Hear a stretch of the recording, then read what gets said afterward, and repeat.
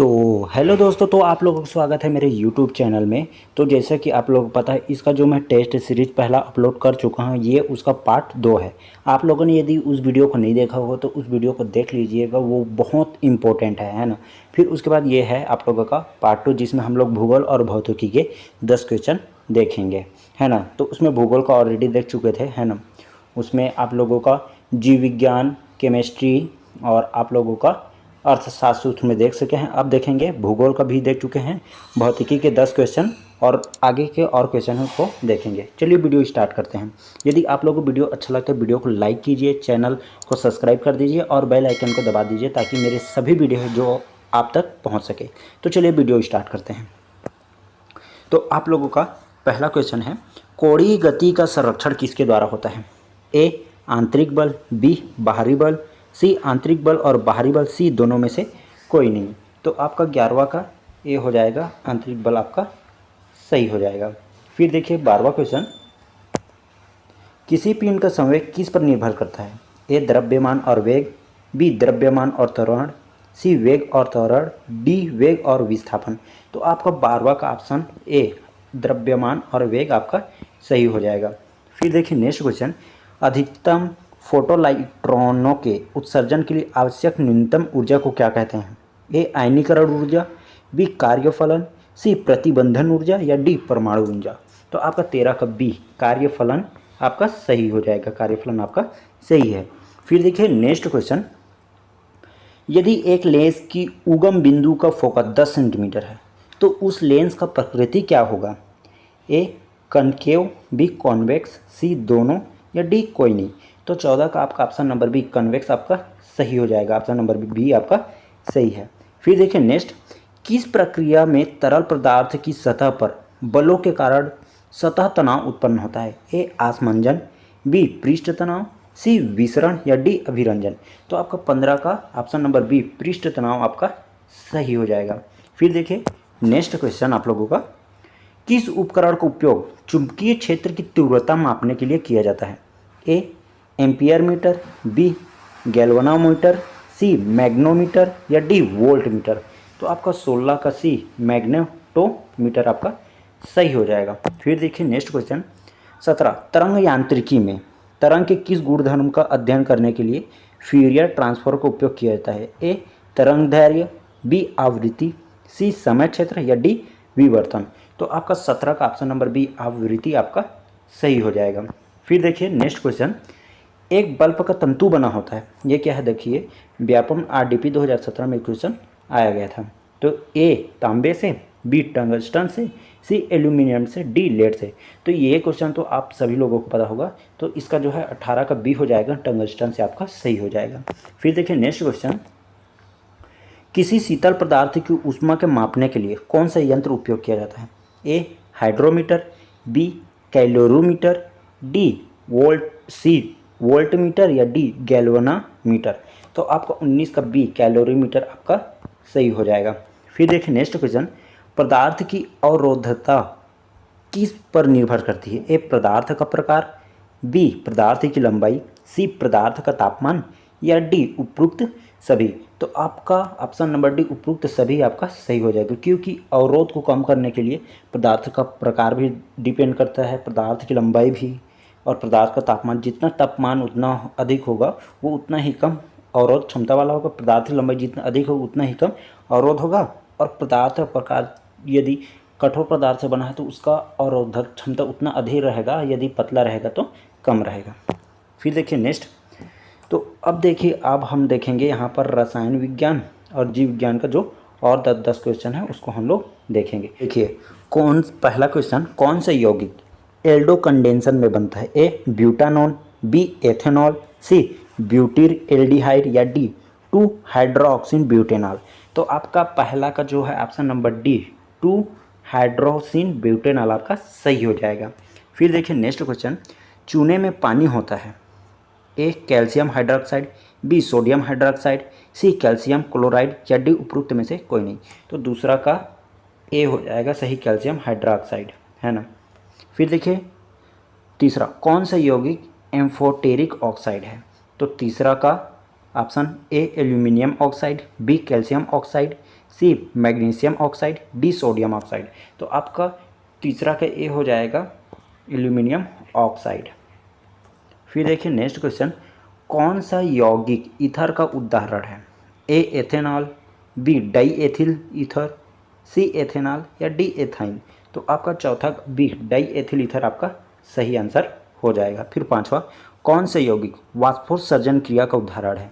ए phenol, B ethanol, सी chloroform, D toluene. तो आपका पांचवा का हो जाएगा यहाँ पर ऑप्शन नंबर बी एथेनॉल आपका सही हो जाएगा।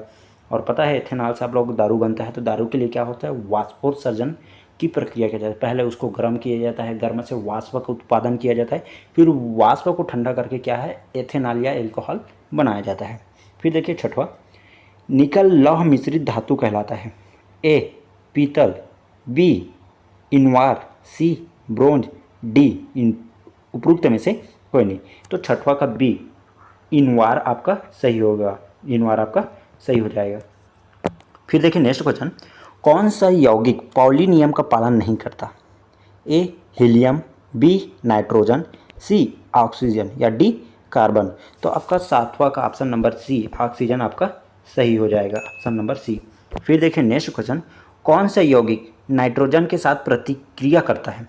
ए हाइड्रोजन, बी ऑक्सीजन, सी कार्बन, डी सल्फर। तो आपका आठवां का ए हो जाएगा, हाइड्रोजन नाइट्रोजन के साथ प्रतिक्रिया करता है। फिर देखिए नेक्स्ट नौवा, कौन सा यौगिक पोटेशियम पर मैग्नेट के साथ ऑक्सीकरण करता है? नौवा का ए एल्कोहल, बी एमाइन, सी एसिड, डी बेस। बेस का मतलब क्षारीय, एसिड का मतलब अम्लीय, एमाइन और एल्कोहल। तो आपका नौवा का ए एल्कोहल आपका सही हो जाएगा। फिर देखिए नेक्स्ट क्वेश्चन, निम्नलिखित में से कोयले का सबसे परिष्कृत रूप कौन सा है? आप लोगों की ये CG व्यापम AAO में 2015 में आया हुआ क्वेश्चन है। तो ए एंथ्रासाइड, बी बिटुमिनस, सी लिग्नाइट या डी उपरोक्त में से कोई नहीं। तो आप लोगों का 10वां का क्या हो जाएगा? 10वां का ए एंथ्रासाइड आपका सही हो जाएगा। फिर देखिए नेक्स्ट क्वेश्चन, ट्रांसक्रिप्शन के दौरान कौन सा एंजाइम RNA का निर्माण करता है ना? तो आपका 11वां का ऑप्शन हो जाएगा A DNL polymerase, B RNA polymerase या सी लिंगेज या डी हेलिकेज। तो आपका 11वां का बी RNA पॉलीमरेज आपका सही हो जाएगा। फिर देखिए 12वां, कौन सा प्रोटीन डिनेचरेशन के लिए जिम्मेदार है? ए चैपरोन प्रोटीन, बी केरोटीन, सी एल्ब्यूमिन या डी एक्टिन। तो आपका 12वां का option number A chaperone protein आपका सही हो जाएगा। फिर नेक्स्ट देखिए, किस जैविक प्रक्रिया में NADP+ का पुनः चक्रण होता है? ए ग्लाइकोलिसिस, बी केल्विन चक्र, सी क्रिप्स चक्र या डी प्रकाश संश्लेषण। तो आपका 13 का हो जाएगा ऑप्शन नंबर बी केल्विन चक्र आपका सही हो जाएगा।